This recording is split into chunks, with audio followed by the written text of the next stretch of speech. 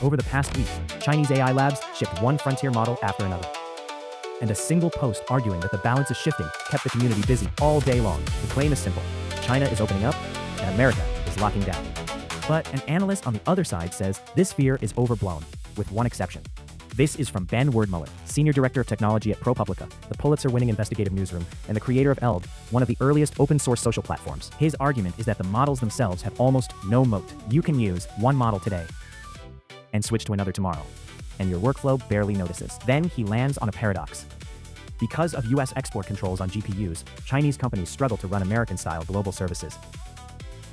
So they release the models outright instead. They turned a disadvantage in compute into an advantage in distribution. And the result is that the exact layer American companies make money on is turning into a commodity. The one thing shielding them was the performance gap, and he says that gap is closing right now. Draw the structure out, and it gets clear. On top are the frontier models China shipped this week.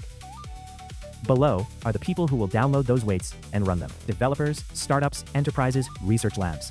Downloading and running them costs no usage fee and clears no subscription wall. So why give it away for free? Because export rules make a global service hard to sell anyway, and giving it away turns your competitor's revenue layer into a free commodity. The strategy is to make your own flow the default. The case on the other side is just as strong. Ben Thompson has written a tech strategy newsletter for 13 years, read by executives across the industry, and he says this fear is overblown, at least economically. Chinese models look cheap per token, but they burn far more tokens on the same job, so the real cost advantage is not clear.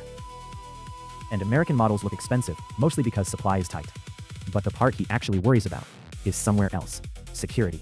Right now, defenders in the US are effectively blocked from using top American models for security work because of government directives. One platform was reported to have used a Chinese model to stop an autonomous cyber attack.